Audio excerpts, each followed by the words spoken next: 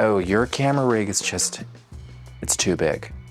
I say that because mine was too. Let's fix your big camera problems.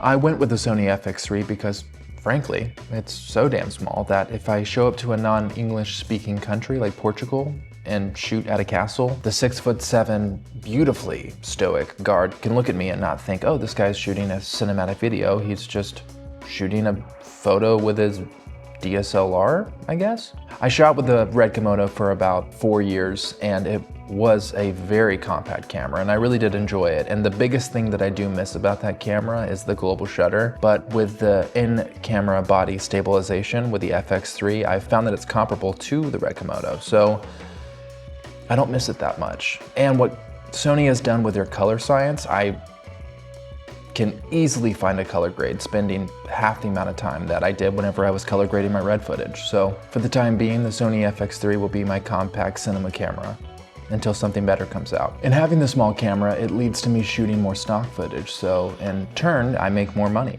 and I feel better. And then I go to Walmart.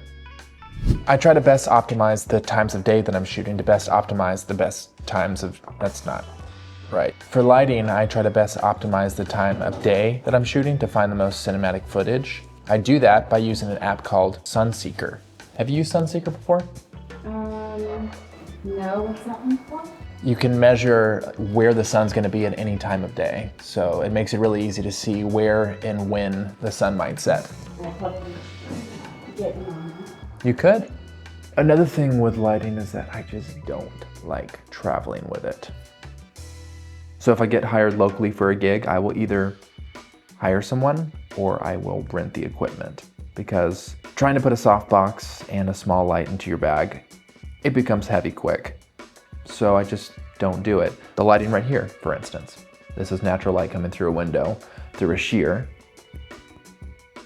So it's diffused. If I wanted to enhance this, I would put a light outside of the window, shooting through the same diffusion to keep the light levels consistent if I'm shooting here for a few hours. Don't overcomplicate lighting. It doesn't have to be that crazy. Just make sure that it's dynamic and that you have fall off on one side of the face and utilize practicals if you have them. In this shot, I don't. Or do I?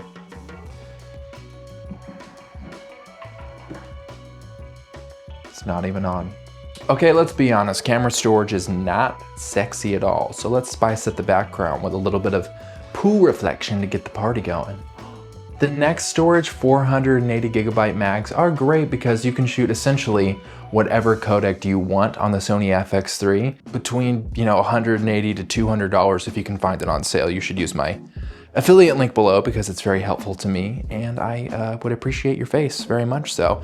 With a Red Komodo, I would have to spend around $500 a mag. So for the price of 3 or 2.5, you can have enough storage to shoot a documentary and a movie all on a few cards. Not sponsored. I just like the cards and they're cheap and reliable. Okay, anything else for camera storage? Oh man, I've shot so many weddings in my day. Oh my God, too many to count. But I am very thankful that I did because it helped me figure out that whenever I walk into a room, I know where to not place the camera. Thank you, weddings, for my film school. Another thing that I try to do is I try to put my camera facing towards the L of the room. That way you have the most depth behind your subject. And whenever I'm shooting, I generally go for basic coverage and then a creative shot. So I'll go wide to establish the area, a medium to give context of the scene, and a tight to find emotion within my subject. I have 2 different camera builds, the basic and the more advanced.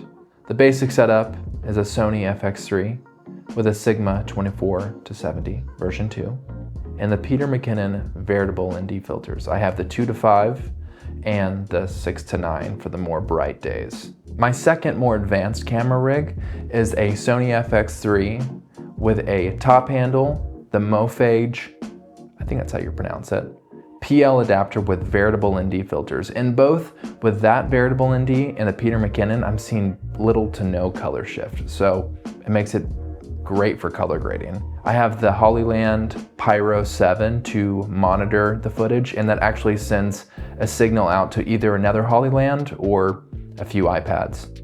I also have the Condor Blue V-mount adapter, and my V-mount batteries are all chargeable via USB-C to make life easier because traveling with a V-mount charger is not great. For audio, I keep it pretty simple. I use the DJI Mic 2, so I think I own 3 of them, total of 6 microphones.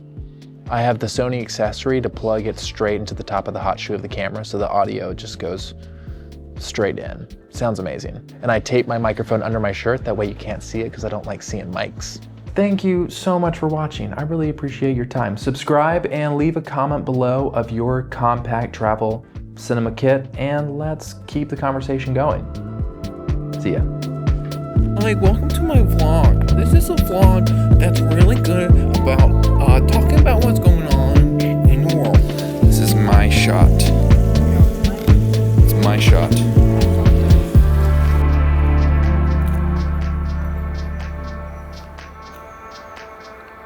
Group hug.